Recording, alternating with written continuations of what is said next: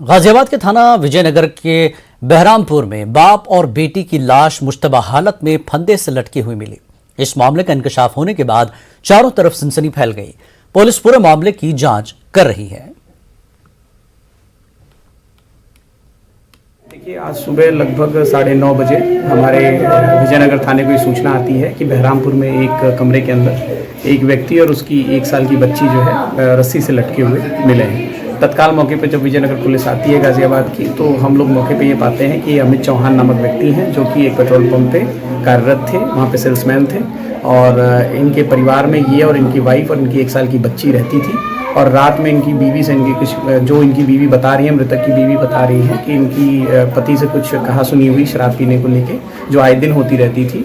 फिर इन लोग साथ में सोए हैं। इनकी पत्नी को पता नहीं चला कब वो जो है अपने उठे और अपनी 1 साल की बच्ची को उठा के बगल वाले कमरे में लेके आए, जैसा कि आप लोग देख सकते हैं। और यहाँ के उन्होंने रस्सी से पहले बच्ची को फंदा लगाया है, उसके बाद अपने को फंदा लगा लिया, जैसा कि मृतक की पत्नी बता रही है। बॉडी को हमने पंचायतनामे के बाद पोस्टमार्टम के लिए भेजा है। पोस्टमार्टम रिपोर्ट आने के बाद ही हम किसी